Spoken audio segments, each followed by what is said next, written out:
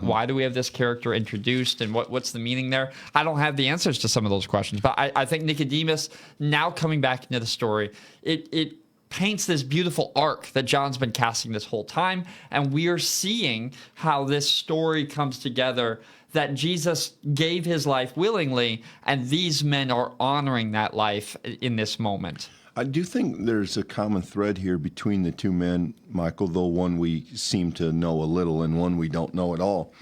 And that's this phrase, Joseph of Arimathea was a secret disciple because of his fear of the Jews. And yet he takes this public step to ask for the body and to be involved in the burial.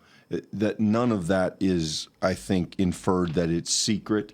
I think the idea is that though he had been afraid, he now is less so. He now is publicly doing this service for Jesus.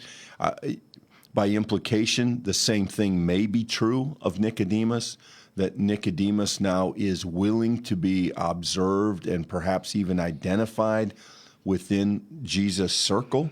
And that if true, if that's intended in the text, that really makes these two men the first kind of disciples that step up in risk. Because remember, we've been pretty well told that the rest of the disciples abandoned them and fled.